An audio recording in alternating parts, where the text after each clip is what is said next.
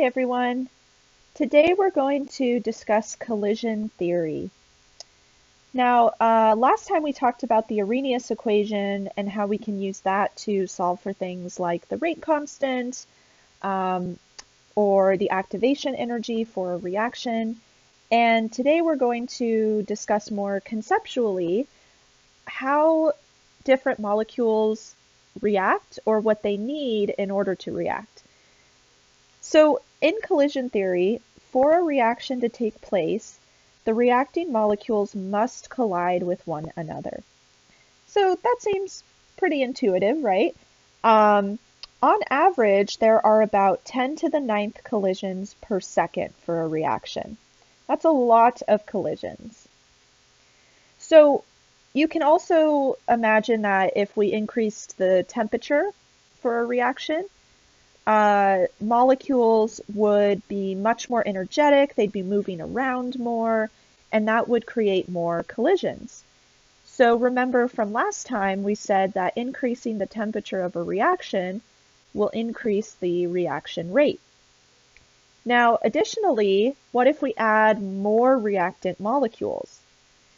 If we add more of the reactant molecules, we're increasing the concentration, and that's also going to increase the number of collisions and the rate of the reaction. Now, once molecules collide, they may react together or they may not. And this will depend on two factors. So one, the collision has to have enough energy in order to break the bonds holding the reactant molecules together. So this goes back to thermodynamics. Remember when we discussed the energy to break bonds and make bonds? That's the same thing here. We need enough energy in a collision between two molecules in order to break the bonds.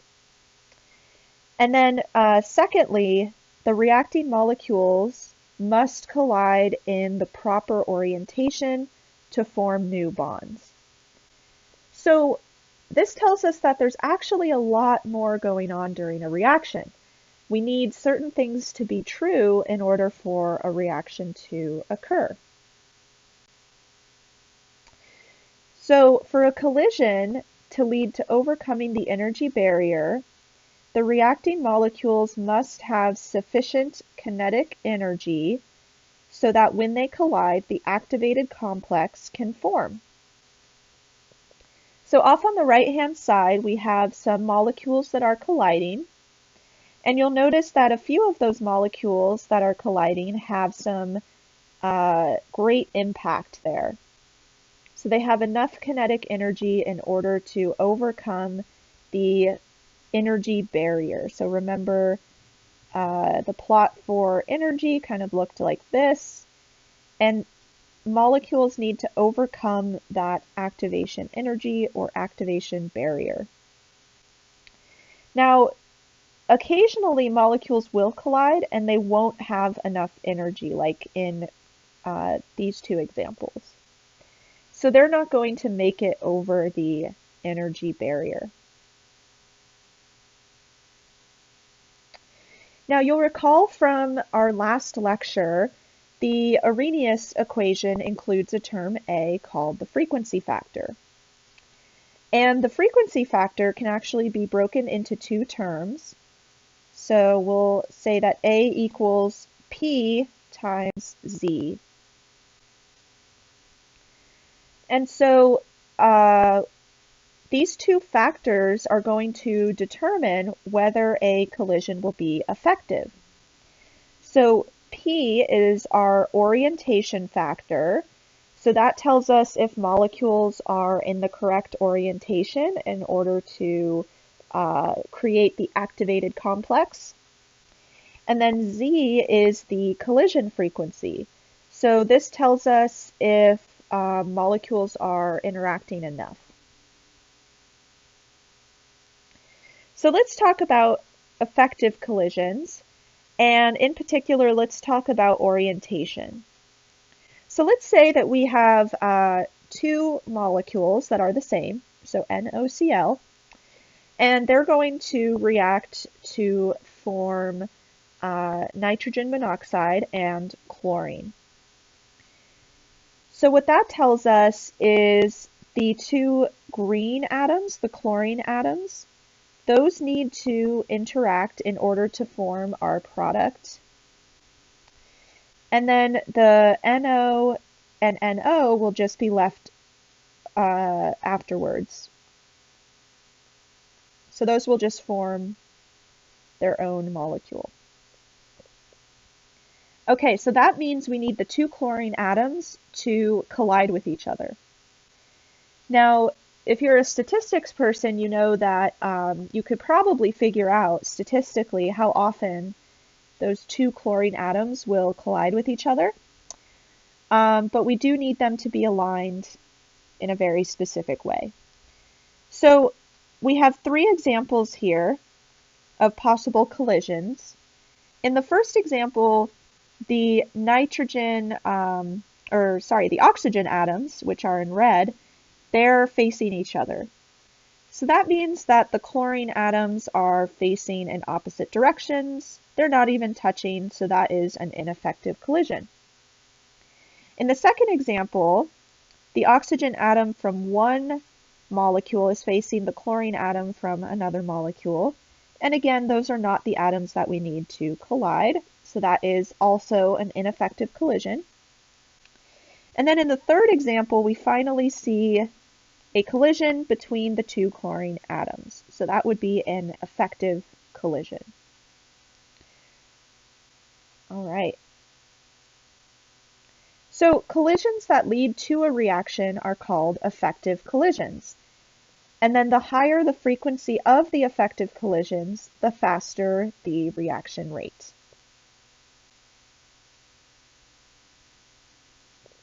Now, the collision frequency is the number of collisions that happen per second. And the more collisions that there are per second, the more collisions that will be effective and lead to product formation.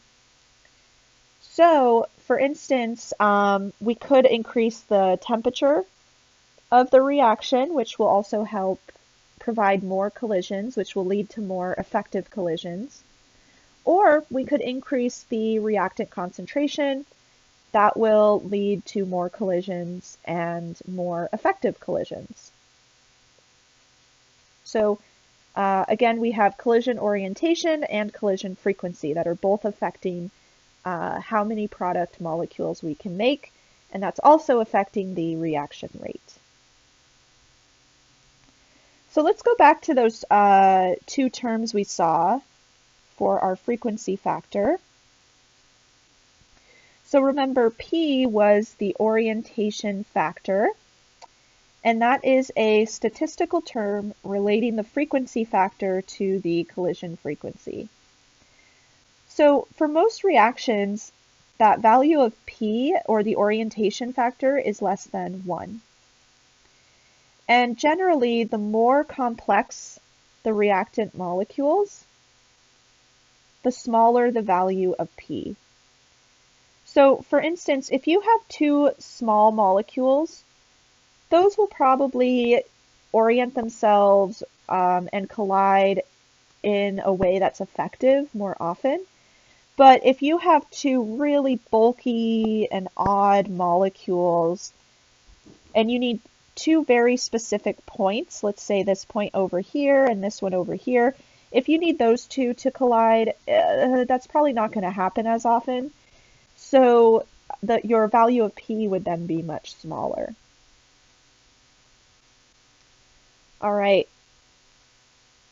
Now, if you just have two simple atoms that need to collide, then P is going to be approximately 1 because of the spherical nature of the atoms. So again, if you had two simple molecules or two atoms, they just need to hit each other. There's nothing really blocking them from hitting each other and combining. So P would be approximately 1 at that point. Now, some reactions can have a p-value greater than 1, and those are reactions that generally involve electron transfer. So one example in your textbook is the reaction between potassium and bromine.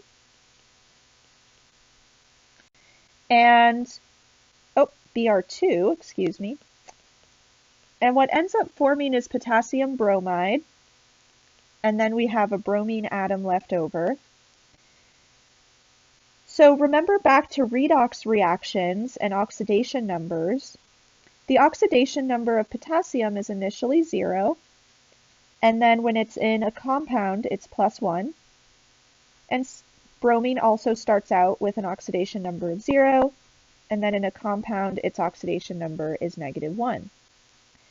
So we do have electron transfer going on here, and in fact, the p-value for this reaction is equal to 4.8. So that's much greater than 1.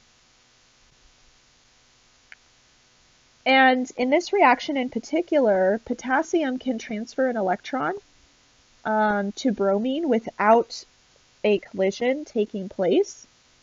So this is a very effective reaction.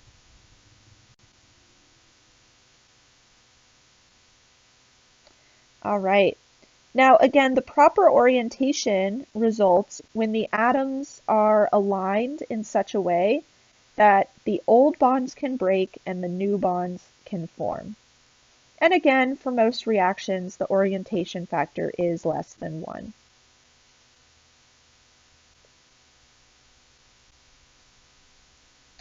Okay, so let's actually look at an example where the orientation factor is less than 1. So we have a reaction between hydrogen, which is H2, and something called ethene, where we have 2 carbons double bonded to each other, and each carbon is also bonded to 2 hydrogens. And when this reaction occurs, we end up forming new carbon-hydrogen bonds so that we have a single bond between the carbons, and each carbon is bonded to 3 hydrogens. All right, so this would be ethane. So the P or orientation factor for this reaction is equal to 1.7 times 10 to the -6. All right. So that means that fewer than 2 out of each million sufficiently energetic collisions usually form or actually form products. So what that means is these molecules must be aligned in a very specific way. So usually what needs to happen is the hydrogen molecule has to be aligned above the carbons or below the carbons, and that's going to be pretty difficult to achieve. So the P factor here, the orientation factor, is really, really small. So this reaction is really difficult to perform. Okay, so that's all I have for you today. Next time, we're going to discuss reaction mechanisms. And in some cases, reactions don't just occur in one step, they actually occur in multiple steps. So we'll determine how to write rate laws for those types of reactions. So I will see you in the next video.